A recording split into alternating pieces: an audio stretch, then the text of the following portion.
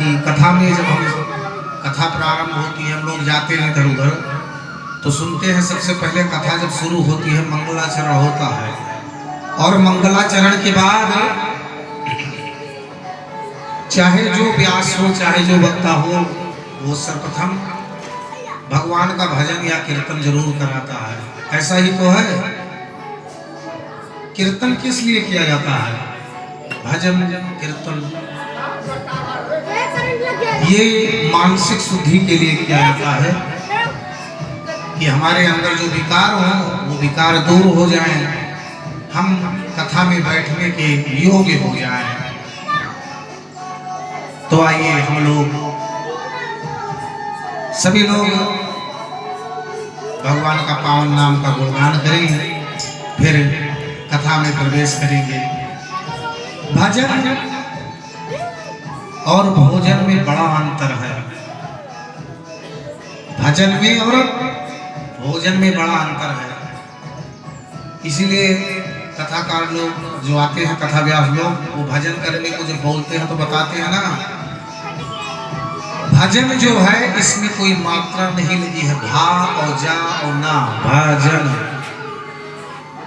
लेकिन लोग भजन कहाँ करते हैं? भजन होती नहीं ना। अच्छा, होती क्यों नहीं है? इसका कारण क्या है? वो इसलिए नहीं होती है क्योंकि यही सरावत अति कठिनाई राम कृपा बिन आए न जाए, राम कृपा बिन आए न जाए। इसीलिए भजन नहीं होती है, जबकि उसमें कोई मात्रा नहीं है। भजन बिना मात्रा की है। और भोजन में लिखा हुआ है मात्रा, भा भापे ओ का मात्रा, भो और जा और ना। लेकिन भोजन लोग बिना मात्रा का करते हैं, उसमें कोई मात्रा नहीं है, कोई रोक टोक नहीं।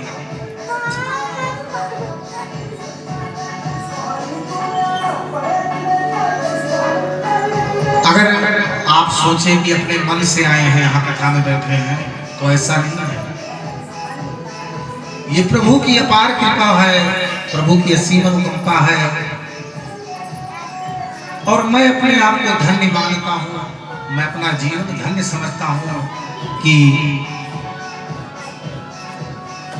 इतने पुराने बुद्ध भवन भोलेनाथ के दरबार में भोलेनाथ ने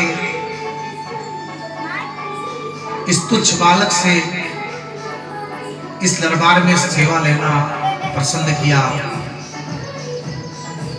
भगवान की अपार कृपा होती है, वो भगवान के दरबार में जाता है, सत्संग में जाता है।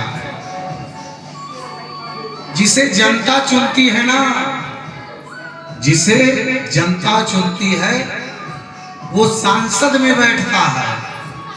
अब इधर इलेक्शन आ रहा है, आप लोग देखते हैं, जनता चुनेगी वही जाएगा ऊपर, उन्हें पता हुआ घारी में बैठ गई। तो जिसे जनता चुनती है ना वो सांसद में बैठता है, और जिसे हमारे जगदीश चुनते हैं, हमारे राघव चुनते हैं, हमारे भोलेनाथ चुनते हैं, वो सत्संग में बैठता है।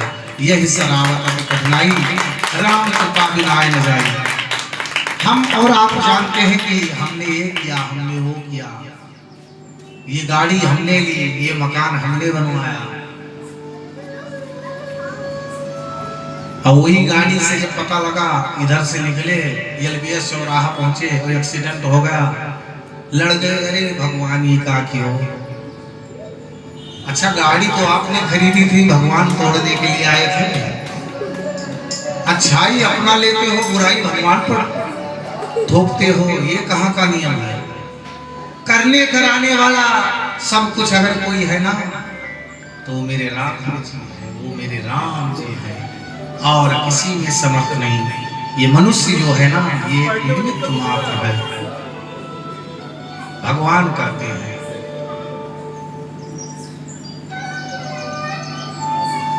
आइए दो बार भगवान का नाम सभी लोग लेते हैं, फिर भगवान की पावन कथा में प्रवेश करेंगे। वैसे आज विलंब हो गया, प्रथम दिवस था और ये आयोजन का कार्यक्रम है, किसी के घर का कार्यक्रम है नहीं, ये हमारा भी कार्यक्रम है, आपका भी है, आपका सबका कार्यक्रम है। तो व्यवस्था में थोड़ा विलंब हो गया, लेकिन कल से समय से कार्यक्रम होगा और ये सबका कार्यक्रम है, सभी लोग बढ़ चढ़ के सहयोग करिएगा। आइए 2 बार भगवान का नाम हम लोग लेते हैं, फिर कथा में प्रवेश करते हैं।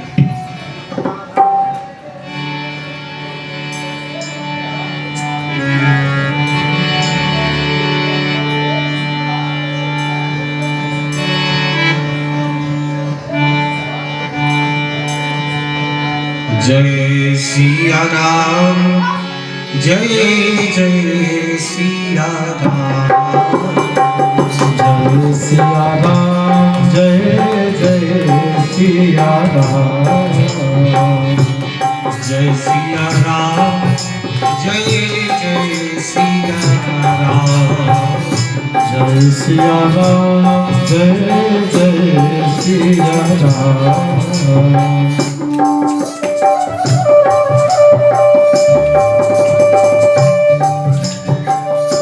जय सिया राम, जय जय सिया राम, जय सिया राम, जय जय सिया राम,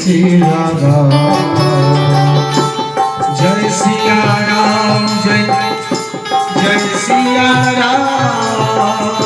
जय सिया राम, जय जय सिया राम, जय सिया राम, जय जय सिया राम, जय सिया राम, जय जय सिया राम, जय सिया राम, जय जय सिया राम, जय सिया राम, जय जय सिया राम,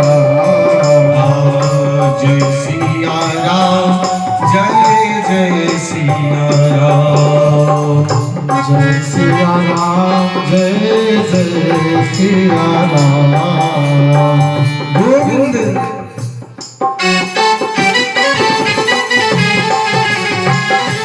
जय हो।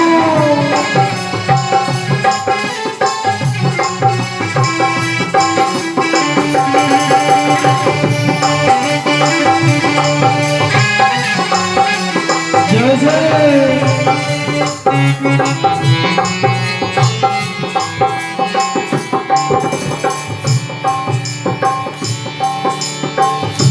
रघुपति राघव राजा राम, रघुपति राघव राजा राम, रघुपति राघव राजा राम, रघुपति राघव राजा राम। जय सिया राम, जय जय सिया राम, जय सिया राम, जय जय सिया राम। हरि बोल। जय सिया राम, जय जय सिया राम, जय सिया राम, जय जय सिया राम। सीताराम। अब हम सीताराम का संकीर्तन कर रहे हैं, लेकिन इतने लोगों की संख्या है, अरे गिने चुनी 2-4 लोग की, और इसमें भी लोग बोल नहीं रहे हैं। अच्छा, सोच रहे हैं ऐसा ना हो कहीं यहाँ हम बोल दें जय सिया राम और हम जाएं वहाँ कटी तिराहे पर किसी ने पूछा, अरे भैया तुम भी कब से भगत बन गए वहाँ जय सिया राम, तुम भी बोल रहे थे, तुम खूब ताली बजा रहे थे। अच्छा शर्माओ मत, ये भगवान का दरबार है ना, कोई नहीं पूछेगा चौराहे पर आपसे कि आप जय सिया राम क्यों बोल रहे थे। सभी लोग जय सिया राम, जय जय सिया राम, जय सिया राम, जय जय सिया राम, जय सिया राम, जय सिया राम, जय सिया राम, जय जय सिया राम, जय सिया राम, जय जय सिया राम, जय सिया राम, जय जय सिया राम। जय सिया राम, जय जय सिया राम, जय सिया राम, जय जय सिया राम।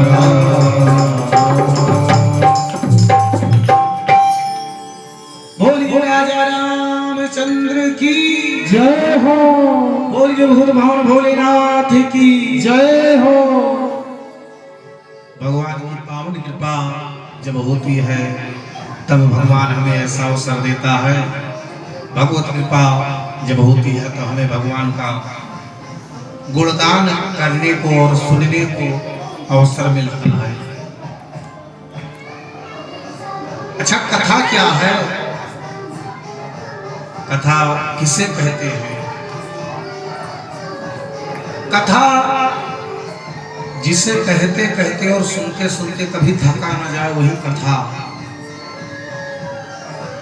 प्रवचन जो दूसरे का वचन हो, हमारा आपका कहना न हो, कहीं वेद पुराण में लिखा हो, उसी को हम प्रवचन कहते हैं।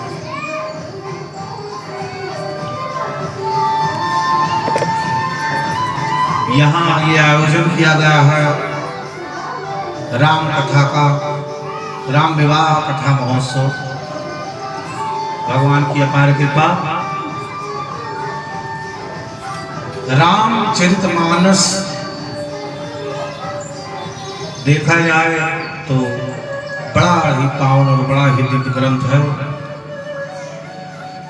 गोस्वामी तुलसीदास जी ने जिसकी रचना की, रामायण की रचना वाल्मीकि जी ने की, लेकिन उसी को सरल भाषा में करने के लिए गोस्वामी तुलसीदास जी महाराज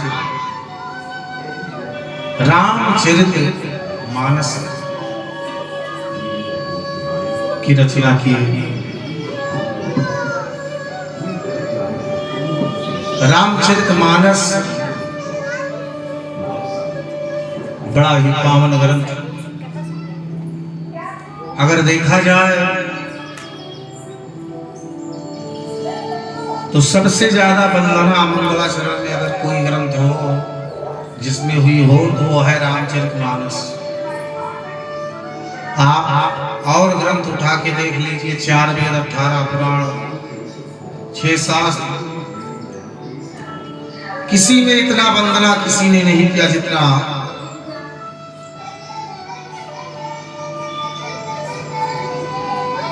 गोस्वामी तुलसीदास जी ने किया है।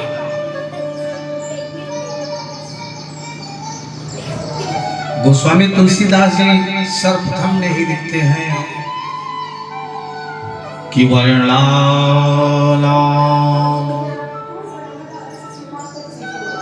अर्थ संघानां, श्लोक में लिखते हैं। एक ही श्लोक में गोस्वामी तुलसीदास जी ने 7 कांड की वंदना कर दी।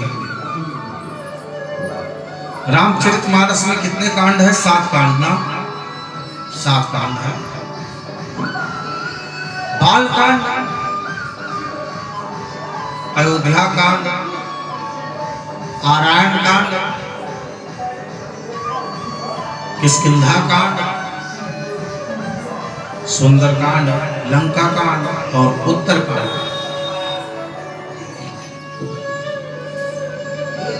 तुलसीदास जी ने लिखा वर्णा नाम। अनेक संत, अनेक विद्वान अनेक मत निकालते हैं इसी एक शब्दों पर।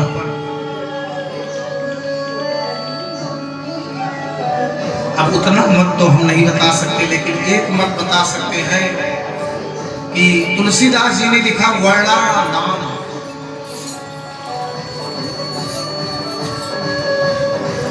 वर्णानाम अर्थ संधानाम रसानाम छंदसामपि मंगलानाम च कर्तारो वंदे वाणी विनायक।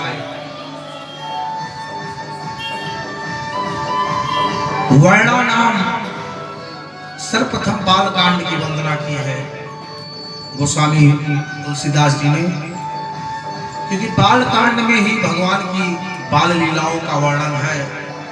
और वर्णानाम, वर्णाश्रम सुतियाश्रमचारी, भगवान क्षत्रिय कुल में जन्म लेकर और कैसे क्षत्रिय को रहना चाहिए, कैसे वैश्य को रहना चाहिए, कैसे ब्राह्मण को, कैसे शूद्र को, सारे वर्णों की खूब अच्छे ढंग से व्यवस्था दिखाई। अगर शिक्षा लेनी है ना तो हम राम से ले, हम राघव से ले, मर्यादा पुरुषोत्तम राम, जिन्होंने माता सीता का अपमान करने वाला एक धोबी जो था, जब अवधवासी सब स्वर्ग जाने लगे ना तो सब लोग तो चले गए, लेकिन वो धोबी जिसने ताना मारा था ना, जब वो जाना चाहा तो वैकुंठ का द्वार बंद हो गया, स्वर्ग का द्वार बंद होगा। द्वार इसलिए बंद हुआ क्योंकि उसने मां आदिशक्ति पारंबा भगवती सीता की निंदा की थी। लेकिन हमारे राघव मर्यादा पुरुषोत्तम राम इतने दयालु, इतने भक्त वात्सल्य कि उस धोबी को भी परम पद दे दिया, जिसके लिए दूसरा वैकुंठ बनाया। ऐसे है मेरे राम। मानस में एक चौपाई आती है, सिय निंदक अघोग नसाए। वैकुंठ का द्वार उसके लिए बंद हो गया। सिय निंदक वही धोबी जिसने माता की निंदा किया था। लेकिन राम ने क्या किया? लोक विशोक बनाए बसाए। उस धोबी के लिए भगवान ने दूसरा लोक बनाकर और बैठा दिया उस लोक में उसको, कि कोई उंगली ना उठा पाए कि राम के राज में एक धोबी जो था ना उसके साथ इंसाफ नहीं हुआ, वो स्वर्ग नहीं गया, वो वैकुंठ नहीं गया। तो गोस्वामी तुलसीदास जी ने वर्णा नाम से बाल कांड की वंदना की है, हमारे मर्यादा पुरुषोत्तम राम की। अर्थ संघानाम, अर्थ किसे कहते हैं? आर्थिक व्यवस्था आप लोग समझते ही हैं, यहाँ तो सब पढ़े लिखे लोग हैं, शहर का मामला है, हम लोग तो देहात से हैं, समझो। अर्थ कहते हैं वही तो आर्थिक व्यवस्था। अब बाल कांड की वंदना हो गई। अयोध्या कांड में अगर देखा जाए तो राजनीति अर्थ व्यवस्था पर ही पूरा अयोध्या कांड निर्भर है।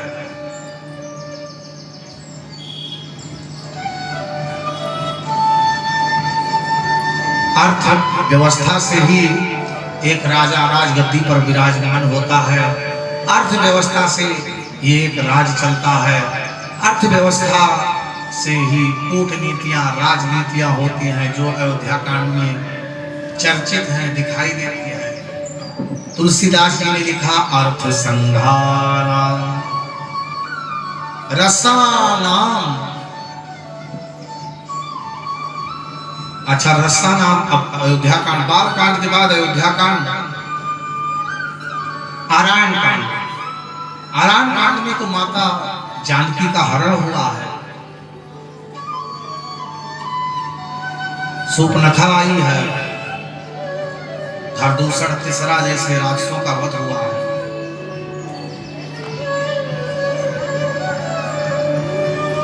तुलसीदास जी ने इसमें गुप्त रहस्यों से वंदना कर ली है आरायण कांड की भी।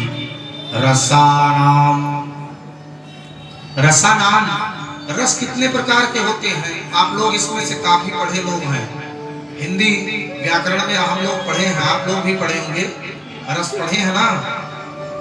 रस क्या कहते हैं? और अलंकार रस, ये सब जो होता है पढ़े होंगे आप लोग, यहाँ सब लोग शिक्षित हैं। हास्य रस होता है, श्रृंगार रस होता है, वात्सल्य रस, 9 रस होते हैं। आरायण कांड आप उठाकर देख लीजिएगा ना, आरायण कांड ही पूरे 7 कांडों में एक ऐसा कांड है जिसमें आपको 9 के 9 रस मिलेंगे। 9 के 9 रस हैं उसमें। इसीलिए तुलसीदास जी ने लिखा, रसानाम आरायण कांड की वंदना कर ली रसा नाम से। बड़ी लंबी कथा हो जाएगी अगर आरायण कांड के 9 रसों की व्याख्या या उदाहरण दिखाया जाए कि 9 रस जो होते हैं वो कैसे आए हैं चौपाइयों के माध्यम से। लेकिन एक चौपाई समझ लीजिए, आरायण कांड में आरायण कांड शुरुआत ही यही से होता है कि एक बार चुन कुसुम सुहाए, निज कर भूषण राम बनाए, सीते पहिराए प्रभु सागर, बैठे फटिक शिला पर सुंदर। अब यहाँ श्रृंगार रस आ गया सर्वप्रथम। 9 रसों का प्रधान रस है जो श्रृंगार रस। वीर रस की वीर रस का वर्णन भी है इसमें।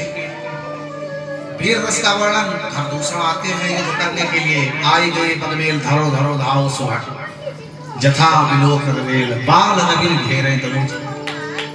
भयानक रस भी है, डर वाला भी। रावण वो सूर्पनखा जब जाके बताती है ना सारा समाचार, नाक कान कट जाते हैं। रावण मन में विचार करता है ना, हर दूषण वो तीसरा जैसे वीर का वध हो गया। हर दूषण मोहि संबलवंता, तिलहि को मारे बिन भगवंता। भय रस भी यहाँ पर आ गया। ऐसे करके 9 रसों का उल्लेख हमें आरायण कांड में मिलता है। आरायण कांड के बाद किष्किंधा कांड आता है। वर्णानाम अर्थ संघानाम रसानाम छंद। किष्किंधा कांड को गोस्वामी जी ने छंद के नाम से दर्शाया है। छंद का मतलब होता है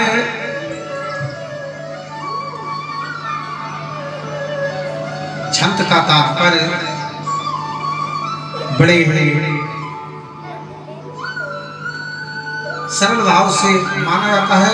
छंद साम जाति से होता है। किष्किंधा कांड में अनेक जातियों का वर्णन है, अनेक जात के बंदर।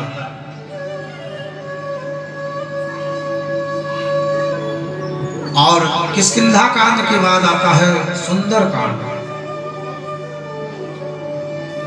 छंद साम अपि अपि अपि से सुंदर कांड की वंदना कर ली गोस्वामी तुलसीदास जी ने। अपि का मतलब होता है निश्चय। सुंदर कांड में कार्य पूर्ण हुआ है। भक्ति रूपी सीता की खोज हुई है, जिसे बैराग रूपी हनुमान ने खोजा।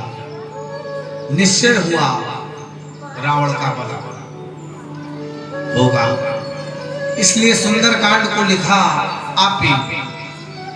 और सुंदर कांड के बाद में आता है लंका कांड। वर्णानाम अर्थ संघानाम रसानाम छंदसामपि। लंका कांड को लिखा गोस्वामी तुलसीदास जी ने मंगला नाम। अरे किसी ने पूछा, तर्क कर बैठा, अरे बाबा भांग खाए पगलाए हुए तो नहीं हो? अरे लंका में कौन मंगल हुआ है? अरे लंका में तो निरोल मार काट हुआ है ना, रुंड मुंड बिन बोल निरोल यही सब है। दांतन काटे लातन काटे यही सब चल रहा है। वहां कौन सा मंगल हुआ है? युद्ध हुआ है। गोस्वामी तुलसीदास जी ने दर्शाया कि लंका कांड में मंगल ही मंगल हुआ है, क्योंकि भगवान ने आरायण कांड में प्रतिज्ञा ले ली थी कि निश्चरहीन करो मही, भुज उठाए पनकीन। कि मैं ये पृथ्वी जो है दुष्टों से रहित कर लूंगा, इसीलिए मैं अवतार लिया इस पृथ्वी पर। और वही मंगल कार्य लंका कांड में हुआ। लंका कांड में मेघनाथ, रावण, कुंभकर्ण, एक से भट्ट सुभट, महाभट्ट, दारुण भट्ट, निश्चरों का संहार करके मंगल की स्थापना की। भगवान राम ने राम राज की स्थापना की। इसलिए लंका कांड की वंदना गोस्वामी तुलसीदास जी ने मंगला नाम चाकर तारो। उत्तर कांड को लिख दिया बाबा ने प्रणाम कैसे किया? चा करतारो। कर्ता करतारो ये व्याकरण के शब्द हैं। कर्ता करतारो, चा करतारो। उत्तरकांड अगर उठा के देख लिया जाए तो उसमें हमें जीवन जीने की कला उत्तरकांड में मिलेगी। हमें जीवन कैसे जीना चाहिए, भगवान का राज्याभिषेक हुआ है उत्तरकांड में। इसलिए गोस्वामी तुलसीदास जी ने लिखा चा करतारो। सातों कांडों की वंदना हो गई। किसी ने कहा गोस्वामी तुलसीदास जी आपने राम की वंदना नहीं की, आपने सीता की वंदना नहीं की।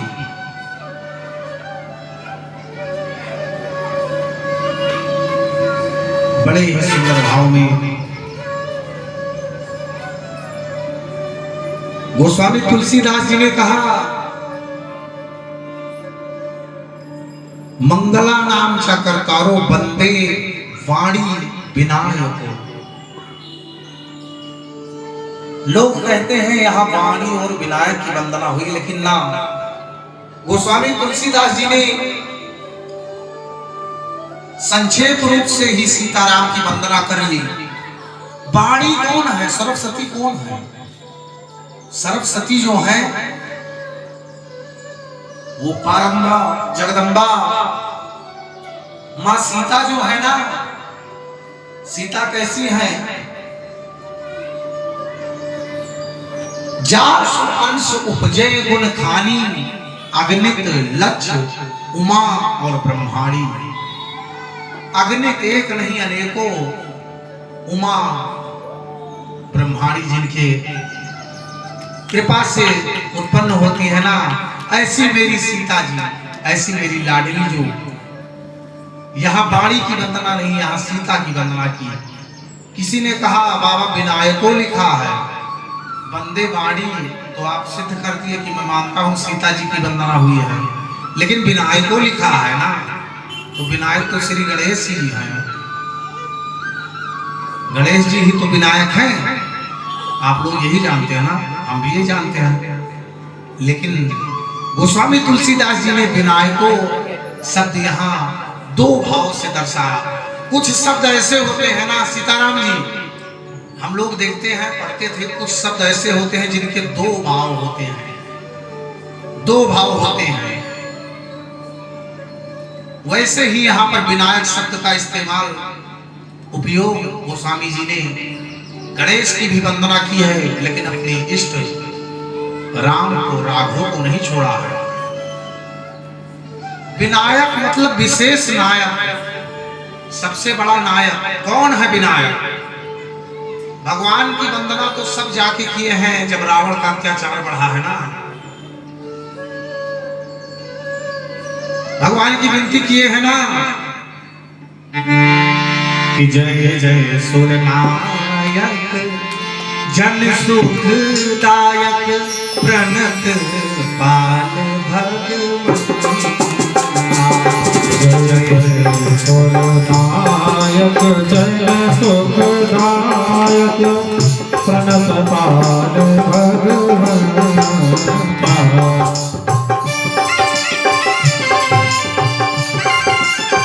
जन सुखदायक प्रणत पाल भगवान। जय जय सुरनायक जन सुखदायक सुरनायक। नायक कौन है? वही हमारे राघव की ही वंदना यहाँ हुई है। जय जय सुरनायक, विशेष नायक, उन्हीं की वंदना यहाँ पर हुई।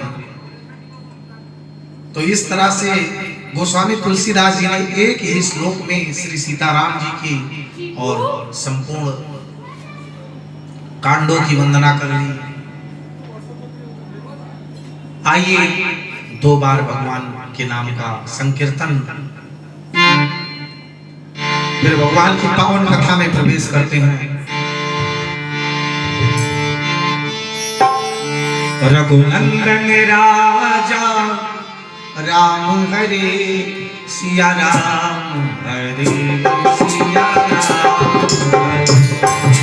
रघुनंदन राजा राम हरे सिया राम हरे सिया राम हरे रघुनंदन राजा राम हरे सिया राम हरे सिया राम हरे। रघुनंदन राजा राम हरे सिया राम हरे राजा राम हरे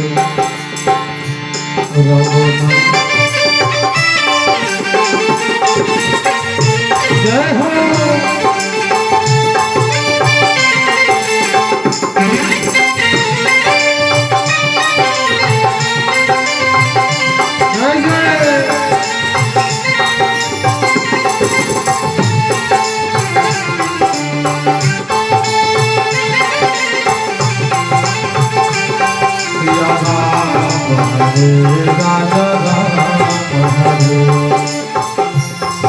बोलिए राजा रामचंद्र की जय। सारे मंगलाचरण करने के बाद गोस्वामी तुलसीदास जी ने बंदो गुरुपद पदों पर आगा गुरुदेव की वंदना की, अनेकों वंदनाएं की गोस्वामी तुलसीदास जी ने। यहां तक सबको वंदने के बाद, वंदनीय करने के बाद गोस्वामी तुलसीदास जी ने दुष्टों की भी वंदना की है। और 4 वेद, 6 शास्त्र, 18 पुराण में आप सज्जनों की वंदना सुने होंगे, दुर्जनों की वंदना नहीं। लेकिन एक गोस्वामी तुलसीदास जी ने मानस में अगर देखा जाए ना, तो दुष्टों की वंदना की, और वंदना की नहीं, 2 बार वंदना। बहुरी बंद खलगन सत भाई, बार बार वंदना किया है। क्योंकि सज्जन जो है ना, वो तो कहने से मान जाएगा, सज्जन का कर्म जो है वो अच्छा करेगा। लेकिन दुर्जन का काम जो होता है ना, वो समझाने पे नहीं मानता। इसलिए दुर्जन की वंदना बहुरे बंद खलगन सत भाई, बार बार वंदना करनी पड़ी।